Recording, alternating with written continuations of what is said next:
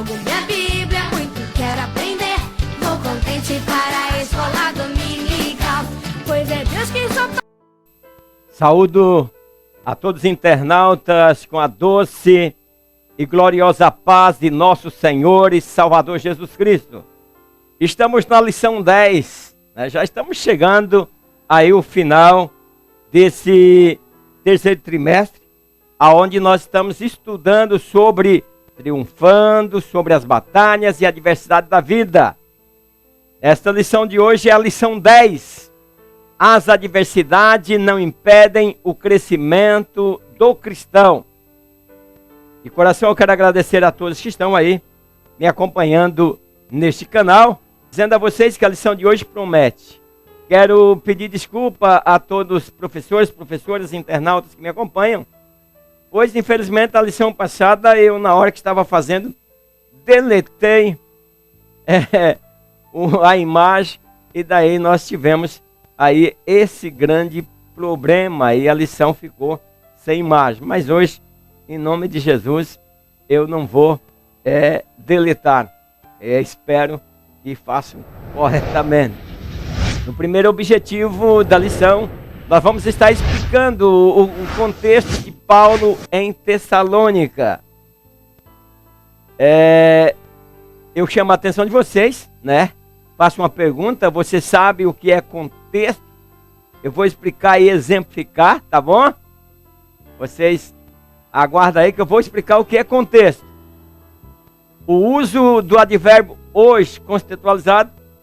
Vou falar sobre avanços e vitórias e consequências por causa do Evangelho. Então, por isso, eu aguardo você. O objetivo da lição, o segundo ponto, apresentar as ações de Deus em meio às adversidades. Vou estar ensinando sobre adversidade e provações que faz parte da nossa vida. Vou falar sobre o mundo não pode ser um lugar confortável para o crente. Vou falar sobre isso.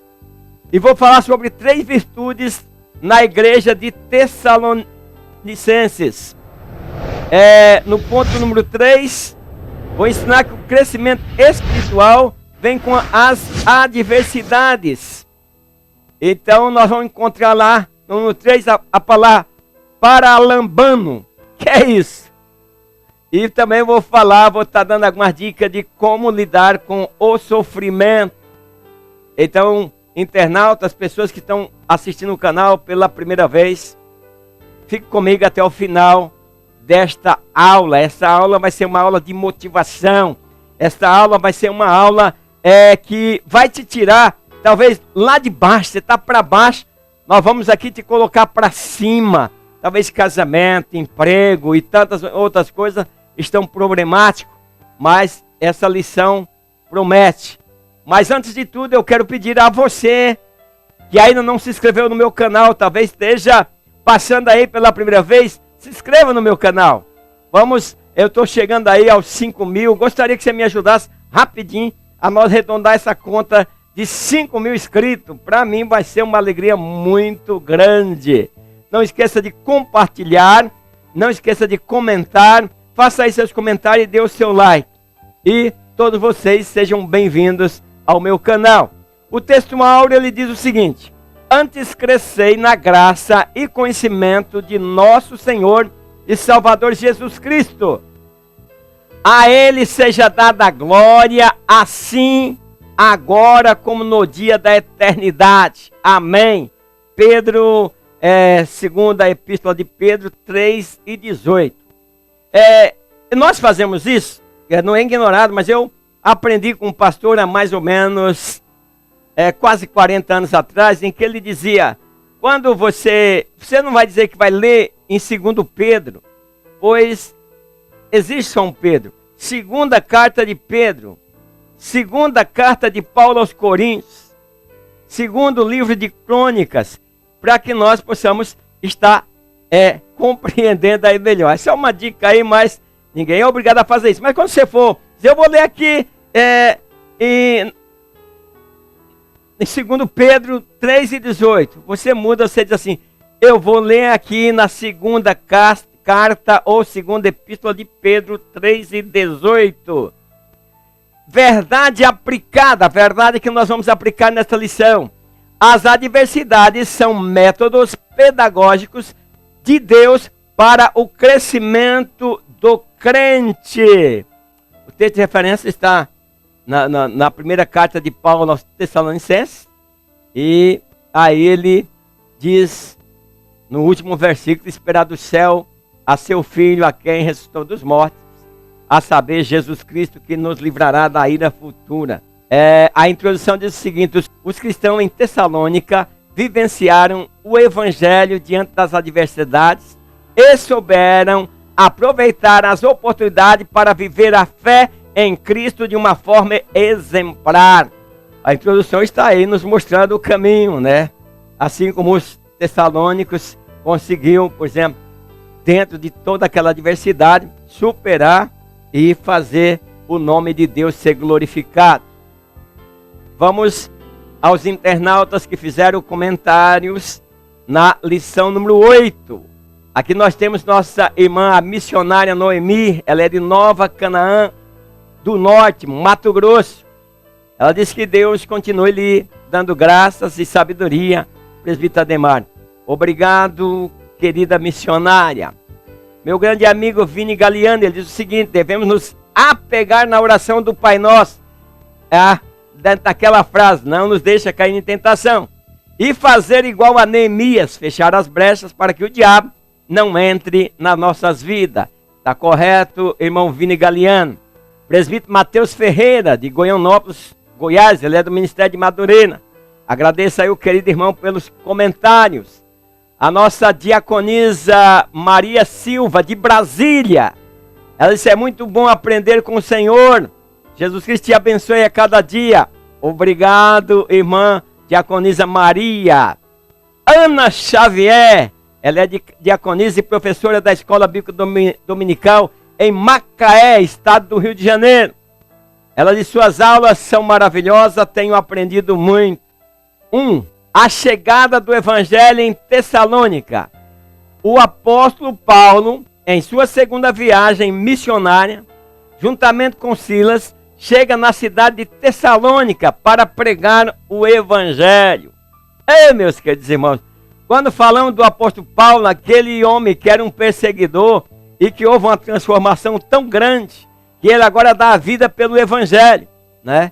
Nós vemos que o apóstolo Paulo, ele chegou ali a Derbe e Listra. Eu estou colocando aqui um mapa para que vocês possam se orientar melhor a isso. Queridos professores, professoras, podem fazer isso aí na sua sala de aula, né? Em Atos 16:1 diz assim: e chegou a Derbe e Listra, né?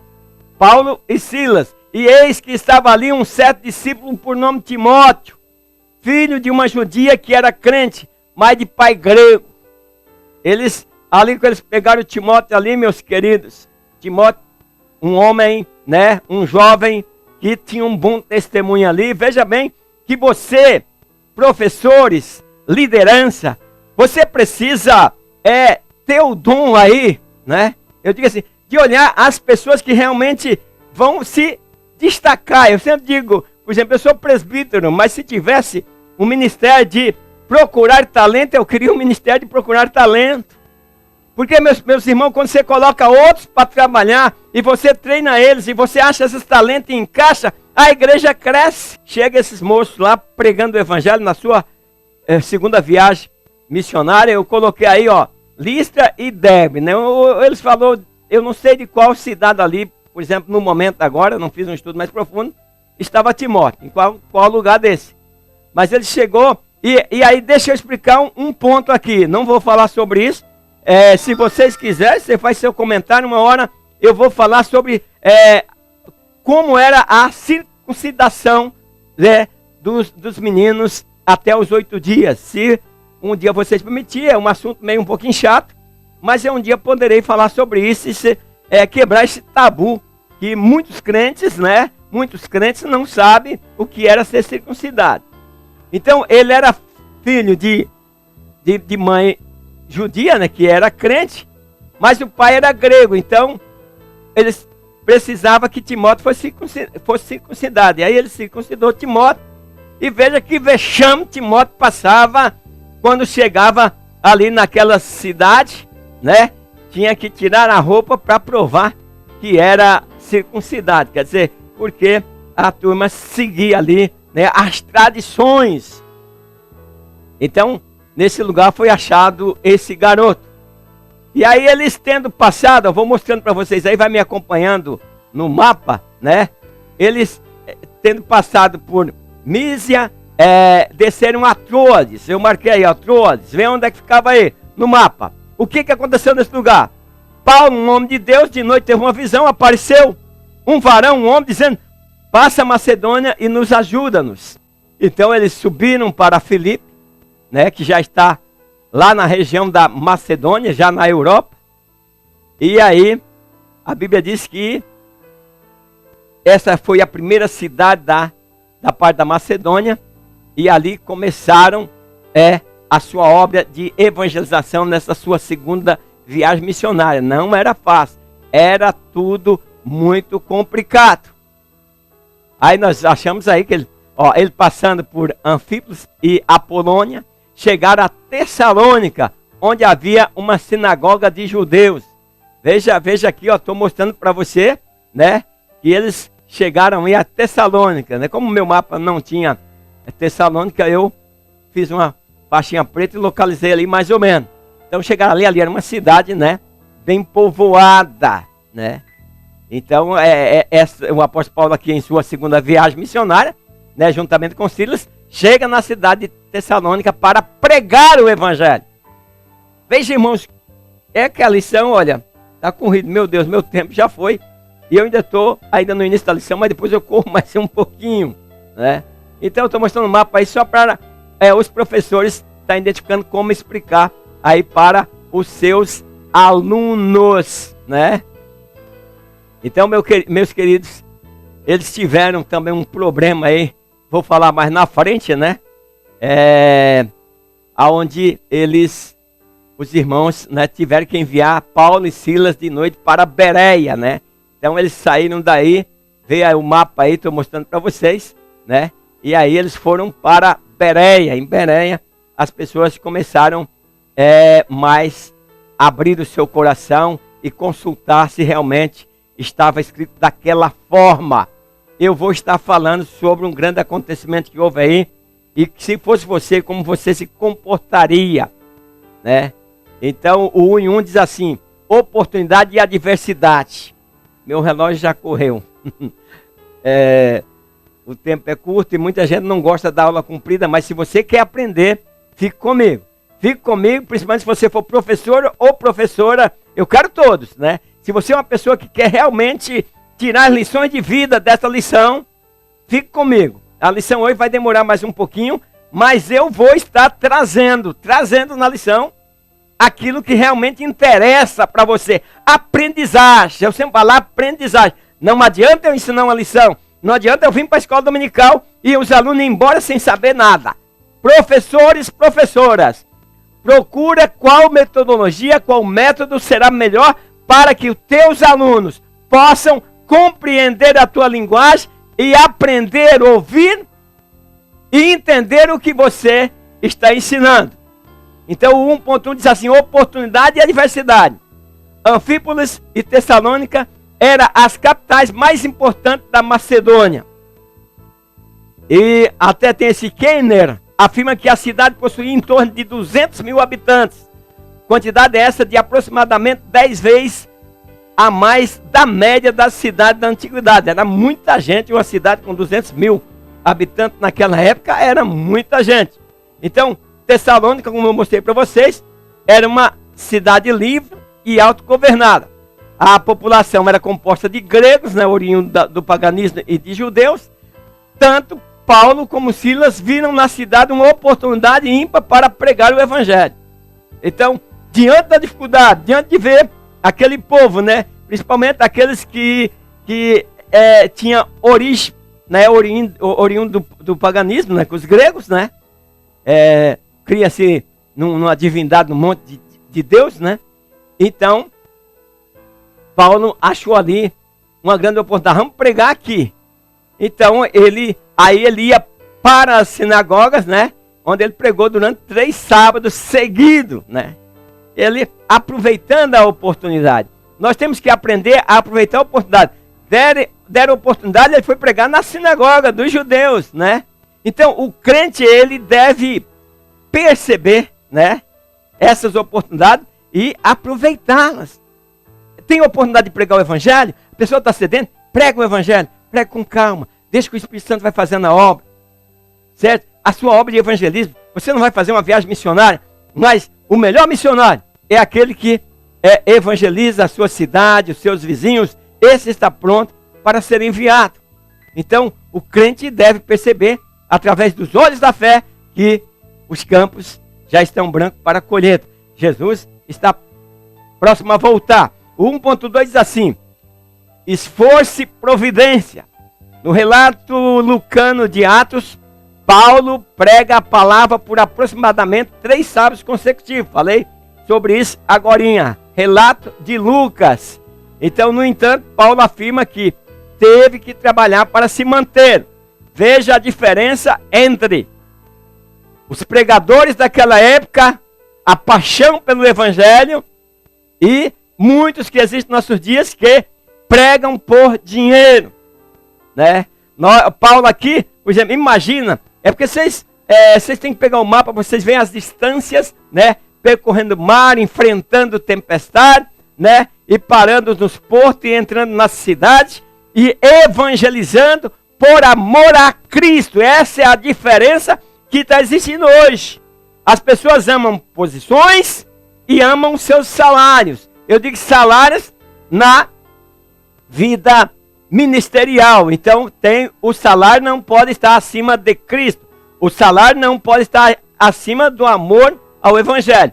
O bom pastor é aquele que, se necessário, trabalha de graça. E o bom evangelista é aquele que muitas vezes tira do seu bolso. Eu dou graças a Deus porque muitas e muitas vezes evangelizei com meu próprio recurso.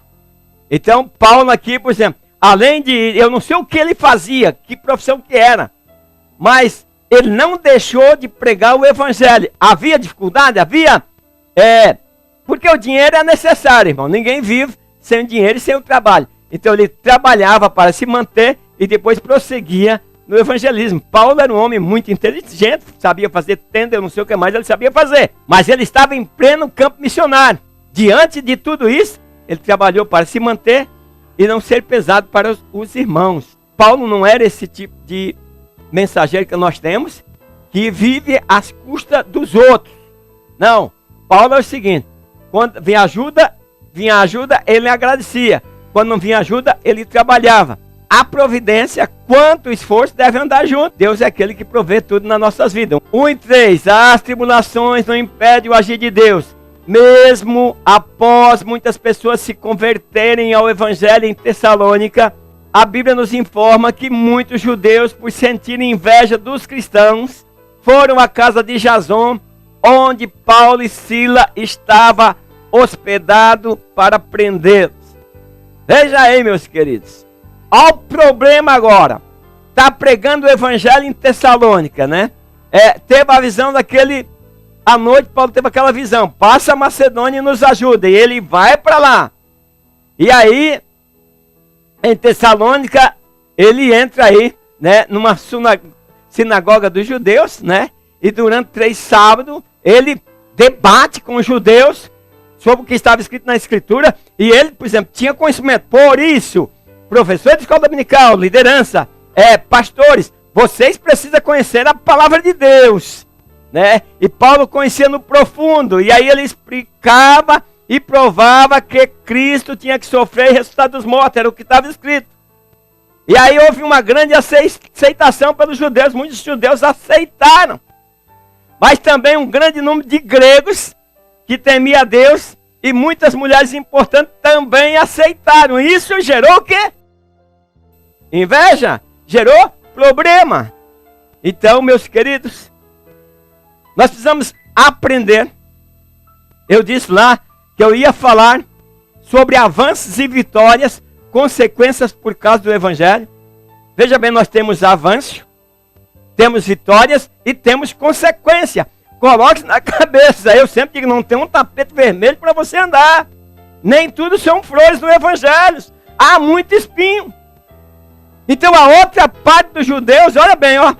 Vejam que muitos judeus acreditaram, olha os avanços, olha as vitórias. Muitos judeus acreditaram e eles estavam muito felizes, mas acontece que a outra parte dos judeus sentiram inveja. Aquele homem inteligente falando de Jesus. E aí, olha o invejoso que é. O invejoso procura como atacar aquele que ele acha que não deveria prosperar, que não deveria estar em ponto de destaque. Aí ele vai e busca desordem, aí ele agita a cidade, e aí faz o quê? Vai à casa de Jason. Jason abriu as portas para o evangelho, recebeu os discípulos em casa e agora tem problema. Agora sua casa é invadida. Veja bem, eles invadiram para procurar lá os pregadores, os mensageiros Paulo e Silas, que era a liderança mais importante. Eles queriam pegar eles para entregar ao povo que não aceitava a doutrina do evangelho. Então, como eles não encontrou, pegaram Jason e saíram arrastando pela cidade. Viu, meus queridos? Levando para a autoridade da cidade, dizendo que a casa de Jason e todos desobedeceram as leis do imperador, dizendo que há um outro rei chamado Jesus. Então aí, juntaram aí, não levaram só Jason, levaram as pessoas da casa de Jason e outras pessoas. E aí, para ser solto, eles tiveram que pagar fiança. Não sei quanto pagar, que a Bíblia não diz. Mas qual seria a sua reação? Viu, meus queridos? Se algo semelhante ao que aconteceu na casa de Jason acontecesse com você, o que você faria? Então dê essa oportunidade aos alunos e aguarde alguns instantes para que eles responder, para eles verem como o evangelho temos vitória, mas temos luta e dificuldade, nós estamos sujeitos à dificuldade. E aí Jason, de bom grado, recebeu os missionários, mas teve problema. Como você agiria? Coloque-se no lugar de Jason. Então, meus queridos, aí nós vemos que essa grande multidão perseguiu os apóstolos, de tal forma que eles tiveram que sair da cidade. Veja, irmãos. E aí o que os irmãos fizeram? Também não baixaram a cabeça, estavam firmes.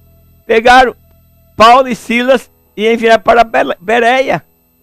Eu mostrei lá no mapa para vocês, né? Chegando lá, eles foram à sinagoga dos judeus de novo. Eles iam aonde poderia encontrar pessoas. Aí já eles sentiram que lá os judeus já foram mais nobres do que os que estavam em Tessalônica, porque é de bom grado receberam uma palavra, e aí eles examinavam cada dia, né, para ver se as coisas eram mesmo assim. E aí muitos acreditaram, muitos aceitaram Jesus, e também mulheres gregas da classe nobre, e muitos homens. Então, meus irmãos, nós precisamos ver que a igreja em Tessalônica se tornou de tal modo grande naquela cidade, que o apóstolo escreveu 2 cartas corrigindo as concepções doutrinárias erradas da volta de Cristo e outros assuntos. Se você for lá, o povo estava triste quando as pessoas morriam, né? Porque eles perderam a esperança, mas não posso falar sobre isso. Mas você lê as cartas lá, vocês vão ver o conceito errado que eles tinham. Cuidado com o conceito errado. Quando você não tem certeza que a palavra de Deus ela é clara. Eu uso isso. Isso é coisa minha. Eu não quero que você acredite naquilo que eu estou falando, que é uma interpretação minha. Mas quero agradecer ao Daniel Simões. Ele diz: a paz do Senhor Jesus Cristo, que Deus continue te abençoando. Adelina Ferreira, Uberaba, Minas Gerais. Conheci suas aulas hoje. E diz que está gostando muito das explicações. Continue, minha querida irmã. Meu querido pastor Levi Alves Bezerra, da cidade de Três Lagoas, Mato Grosso do Sul. Ele diz: Pai do Senhor, precisamos estar revestidos para enfrentar o inimigo, que tão de perto nos arrodeia. É isso mesmo, pastor Levi. meu querido irmão Antônio Carneiro Filho. Ele falou tudo debaixo da unção de Deus. Há muitos professores de escola bíblica dominical que nem sequer lê a revista durante a semana e vai no domingo apenas ler. Professores, veja o que o meu amigo aí, Antônio Carneiro, está falando. Isso foi a lição número 8, em que eu falei sobre professores que não se preparam e quer dar aula. Eu quero que você seja professor, mas não seja preguiçoso, certo? Quem ensina, que esteja apto para ensinar. E ele está dizendo, certamente participou de algumas escolas, onde o professor vai apenas ler a lição. 2, diz assim: cumprir a missão em meio às adversidades. Vemos no ministério do apóstolo Paulo que a missão nunca foi fácil e que, na verdade, a adversidade fez parte do ministério deles. Tem pessoas que querem que tudo flui sem nenhum problema. Meus queridos, nós vamos encontrar adversidade em tudo. No casamento. Casamentos são dois diferentes que se ajuntam, não são dois igual que se unem. E aí um tem que compreender o outro. O marido tem que procurar compreender a mulher tem que procurar compreender o marido, fazer tudo para agradar o outro. É assim, quando você casa, não é para você ser feliz, é para você fazer o outro feliz. Quando a mulher casa é para fazer o marido feliz, e o homem quando casa é para fazer a mulher feliz. E os dois cumprindo esse papel, eles terão um lar abençoado na presença de Deus, e ambos gozarão da felicidade. O 2.1 diz assim: a grande perseguição em Jerusalém. A Bíblia afirma em Atos 8, 1 a 4, que uma grande perseguição se levantou contra a igreja em Jerusalém. Meus queridos, nós tivemos uma pandemia, os crentes se esconderam, a maior parte, se esconderam tudo. E gostaram de ficar em casa, já muitos nem estão voltando à igreja. Olha, eu me lembro que antes da pandemia, as minhas aulas atingiam aí 3 mil, 4 mil, 5 mil. Já quando entrou a pandemia, a coisa ficou difícil e agora eu estou começando a levantar de novo. Volte, irmãos, volte a me acompanhar neste canal. Estou com saudade de vocês. E vamos em frente. É na adversidade que nós crescemos. Então, a adversidade, né, e provação vai fazer parte da nossa vida. Eu estou falando sobre isso, meus queridos. Ah, não pense que você casou e aí vai ser feliz. Vai ser feliz. Ou você faça a sua esposa feliz, ou você terá infelicidade. Ou você, ao contrário, faça o seu esposo feliz, ou você terá um casamento conturbado. Então, mas você vai ter problema. Mesmo assim, todo casamento tem problema. Tudo tem problema nesta vida. Tinha um que dizia, neste mundo todo mundo tem problema. Temos problemas no emprego, temos problema como empresário, temos problemas como funcionários públicos, temos problemas como político. A vida é assim. Você precisa aprender a vencer a adversidade para que você possa triunfar e ter vitória. O apóstolo Paulo aqui antes, ele saía perseguindo a igreja de Deus, ele entrava nas casas. Paulo, como é que Deus aceita um homem desse? Eu fico caminhando. O evangelho é para transformar, para novo nascimento. As pessoas aí, por exemplo, tem pessoas na igreja que o pastor joga a chave na gaveta. O irmão teve um problema e aí se reconciliou, pediu perdão, mas o pastor joga a chave na gaveta e faz aquele irmão morrer. E aquele irmão morre, porque agora ele é esquecido, ele é jogado. Paulo não era digno de ser aceito pelos cristãos dentro da visão de muitas pessoas que estão na igreja, dizendo que ama, mas não ama. Paulo se converteu, nasceu de novo e fez a diferença. O homem entrava nas casas, arrastava homens e mulheres, levava e prendia e batia. Mas o que andava disperso assim, os crentes, não vamos falar do evangelho não, porque esse Paulo está com carta branca, esse Paulo vai nos matar. Não, eles diziam, os que estavam dispersos, diz o escritor Lucas em Atos dos Apóstolos, os que andavam dispersos, eram expulsados de sua casa, ia por toda parte, fazendo o quê? Anunciando a palavra de Deus.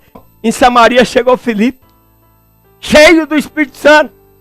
Meus queridos, a obra de Deus tem que ter milagre. A obra de Deus tem que ter maravilha. Não são pregações bonitas, são unção do Espírito Santo, do poder de Deus, transformando vida, sarando pessoas. Você lê a Bíblia, vê que onde os evangelhos passavam, milagres aconteciam. Hoje as pessoas vêm para frente, nós oramos, não acontece nada. E aí nós perguntamos, será que Jesus está em nosso meio? Não existe milagres. Eu creio no milagre. Mas, para crescermos, para termos uma igreja poderosa, precisamos que Deus esteja operando em nosso meio. Pedro pregava, até os enfermos que estavam na rua se levantavam. E você vai vendo a Bíblia, diz que cooperava conosco o Espírito Santo. E aí as maravilhas iam acontecendo. Então, meus queridos, falando de perseguição, de crescer na adversidade, talvez você não está gostando de um colega de trabalho, você precisa superar isso. Como cristão, você não pode, no seu trabalho, ser uma pessoa que os outros olham para você e realmente você se comporta de maneira de um incrédulo. Então, nós temos que ter cuidado. Não devemos nos atentar para as perseguições, que elas acontecem, mas vamos viver no despertar de Deus e da sua igreja. As provações acontecem em nossas vidas para nos ensinar e nos transformar. É isso. Você passa por uma enfermidade, às vezes você sai mais crente, você sai com uma nova experiência. Você passa por um problema, por uma adversidade tremenda, você sai mais fortalecido quando você está firme no Senhor.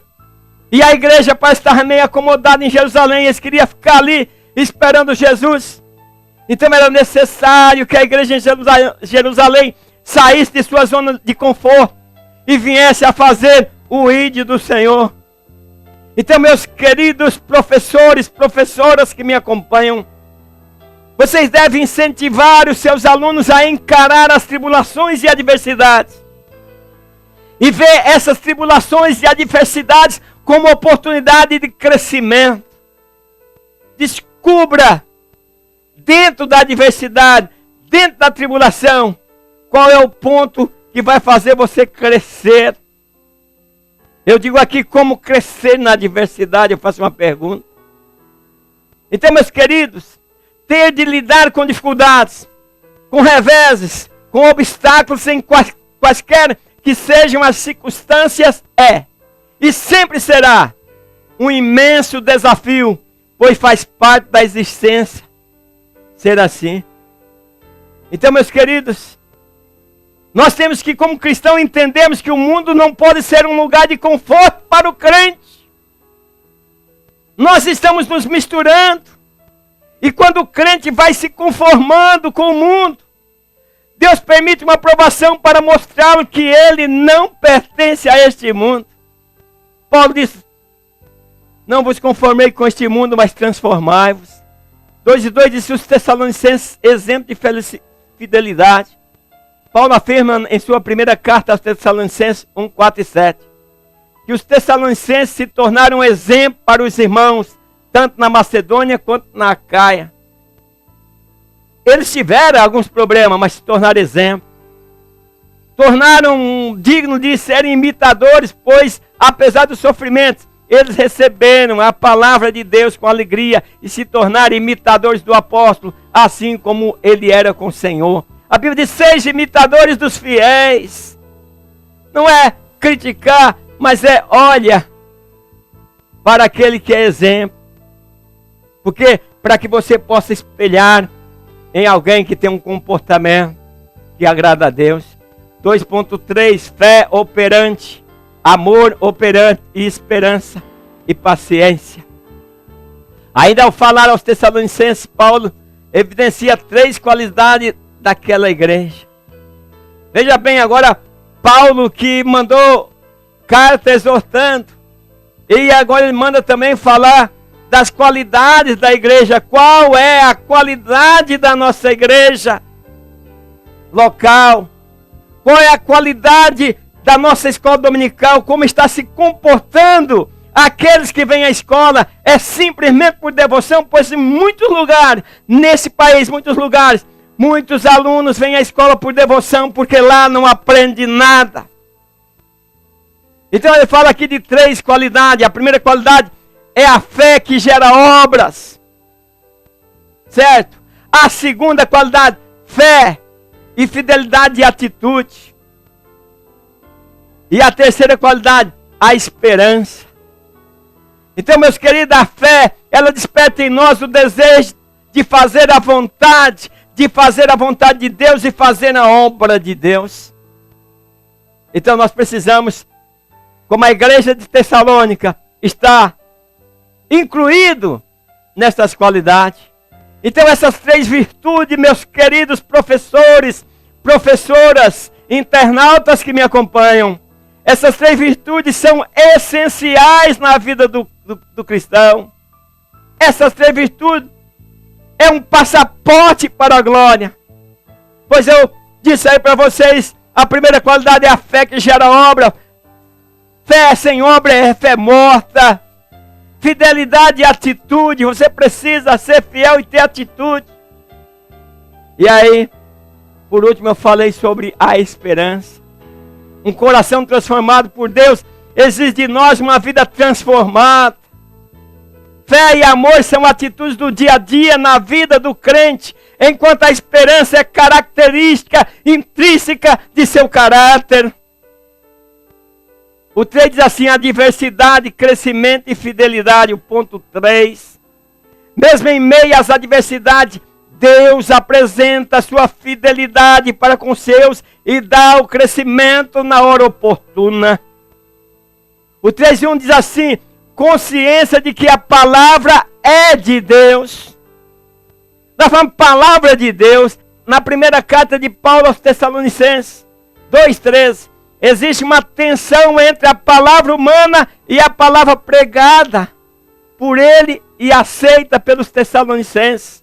Não era meramente humana, e sim a palavra de Deus. Queridos pastores, evangelistas, presbíteros, pregadores do evangelho, professores, professoras de escola dominical, lembre que você está falando da palavra de Deus. Quando você sai de sua casa para a igreja, você vai adorar a Deus. Quando você é convidado para pregar, você vai falar a palavra de Deus. Esqueça você. Use o culto para a glória de Deus. Hoje nós usamos mais para elogio, para engrandecer as pessoas. E isso desperta a ira de Deus. Entenda isso, querida liderança, queridos pastores. É legal, é bom você falar de qualidade de irmãos, características. Mas é importante que a palavra de Deus esteja em primeiro lugar e que tudo seja feito para a glória de Deus. Para Alambano, que é isso, né? Então, meus queridos, é uma palavra sobre juiz que foi pregada lá em Mateus. Lá não está falando para os cristãos, está falando para aqueles que desobedecerem a palavra de Deus, que eles enfrentarão o juiz. E por isso que nós estamos dizendo, a palavra de Deus, ela é viva e eficaz. Enquanto quando você prega realmente a palavra de Deus, as coisas acontecem. Mas quando você bajula homens, quando você quer se apresentar, a mensagem fica fria e vazia. Um evangelho diferentemente daquilo que foi vivido pela igreja primitiva. Muitas dizem, não posso não, está muito comprido, as pessoas não vão ver. Por quê? Porque nós estamos comprometidos com outras coisas. Não é isso que nós queremos mais tempo para outras coisas, e aí deixamos de aprender a palavra de Deus. O 3:2 diz assim: é preciso desejar e buscar a vontade de Deus. O apóstolo Pedro faz uma comparação entre o crente com o recém-nascido. Desejar como menino recém-nascido. Então aqui, meus queridos, na primeira carta de Paulo aos Coríntios 3:2, ele diz: com leite vos criei, e não com carne, porque ainda não podíeis, nem tampouco ainda agora podeis. Então aqui, meus queridos, nós também vemos que Pedro, ele conclama que o fiel deve desejar, que o crente deve desejar ardentemente um leite racional, quer dizer, espiritual, para que por eles vá crescendo.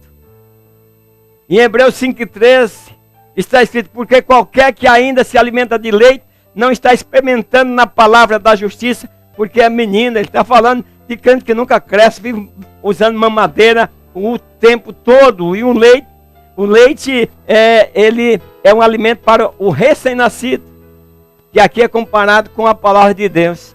Nós precisamos compreender isso. O 3,3 diz, é preciso saber lidar com os sofrimentos. Os crentes em Tessalônica sofreram por amor ao Evangelho. 1 Tessalonicenses 2, 14 e 15.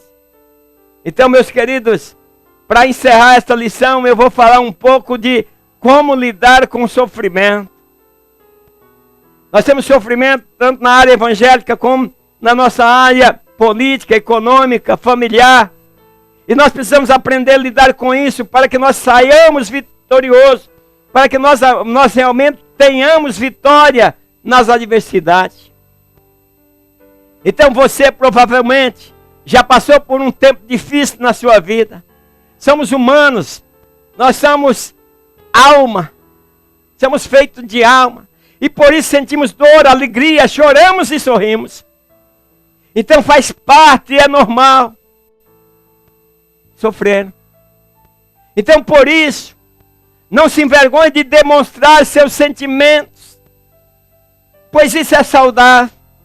O próprio rei Davi, com toda a sua sabedoria, no Salmo 38, revela toda a sua dor e lamenta diante de Deus.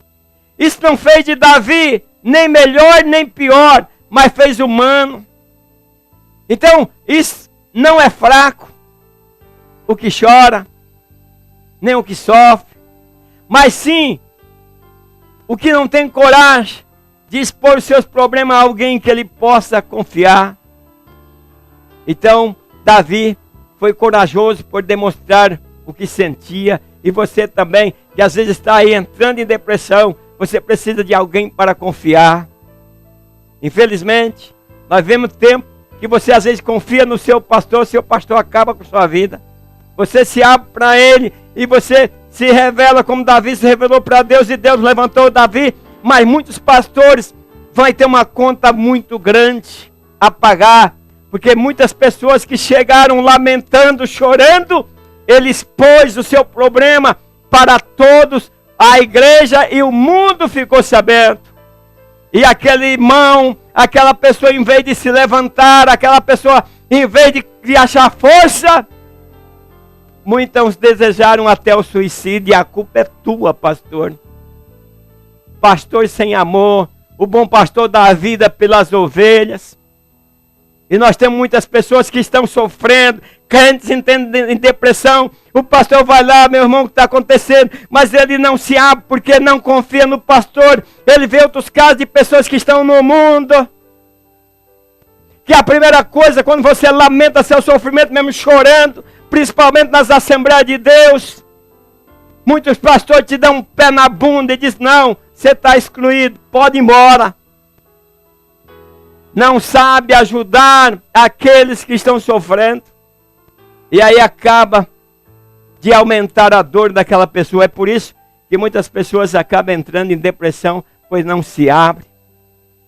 Mas eu te digo, conte com alguém. Se não é seu pastor, algum irmão de confiança, alguém que você vai abrir e ele vai te ensinar o caminho. Pois todos nós precisamos de pessoas. Talvez você não se sinta tão à vontade para falar do que você está sentindo. Mas isso é libertador. Encontre com um amigo, um familiar, alguém em quem você possa confiar para se abrir. Se é o seu pastor, você confia nele, que ele não vai te dar um pontapé, não vai expor o seu problema na igreja. Meus queridos, eu tenho mais de 40 anos de crente. E eu assisti isso muitas vezes. Pessoas com problema e os pastores colocando problemas dele diante da nave da igreja. No outro dia toda a cidade estava sabendo. E aquele irmão às vezes precisava até ir embora da cidade. Pessoas despreparadas que estão ali foram colocados, mas não tem uma chamada de Deus. Os homens que têm chamada de Deus, eles fazem o trabalho por amor. Então, meus queridos, durante esses momentos sensíveis, o que mais necessitamos é de compreensão. E os pastores, por exemplo, sempre falam, o pastor velho, o profeta velho, que diz, olha, eu ainda estou, e eles dizem assim, está na Bíblia, está na Bíblia. A Bíblia fala do pecado de um irmão com outro e tal, e eles trazem para outro campo. Trazem para a igreja. A igreja é o último caso. Primeiro, se teu irmão fez alguma coisa contigo, vai lá e fala com ele, rapaz, você não podia fazer isso comigo. Eu te amo, como é que você faz isso? Se ele se arrepender, você ganha seu irmão. Mas não, andamos pelo avesso. E muitas pessoas morrendo, entrando em depressão. O crente se suicidando, porque não pode abrir. Olha, meus queridos, eu digo o seguinte, se alguém se abrir para mim, eu nem para minha esposa eu conto. Eu vou orar por ele e vou aconselhar para que ele se levante, pois o céu e a eternidade é eternidade, o inferno é eternidade. Então, meus queridos, Provérbio diz, o amigo ama sempre, e na desgraça ele se torna um irmão. Então, na adversidade do outro, você consegue levantar. Por isso eu estou dizendo como lidar com o sofrimento. Então, permanecer firme diante das adversidades. Não devemos nos atentar para as provações, pois elas são pequenas e passageiras, segundo o apóstolo Paulo. E eu já vivi isso. E sei que não é fácil, mas elas passam. Não tem como viver uma vida sem tribulação, não existe. Mas podemos vivenciá-las, sabendo que podem contribuir para o nosso crescimento e fortalecimento na fé. Vamos concluir. As adversidades são oportunidades que Deus nos dá para crescermos na graça e no conhecimento. Segunda carta de Pedro 3:18. Queridos irmãos, queridos internautas, professores e professoras que conseguirem ir até o fim desta lição, aguardo você, espero você na próxima lição. Lição 11. Jesus Cristo é poderoso para solucionar problemas extremos. Até lá, na paz do Senhor. Amém.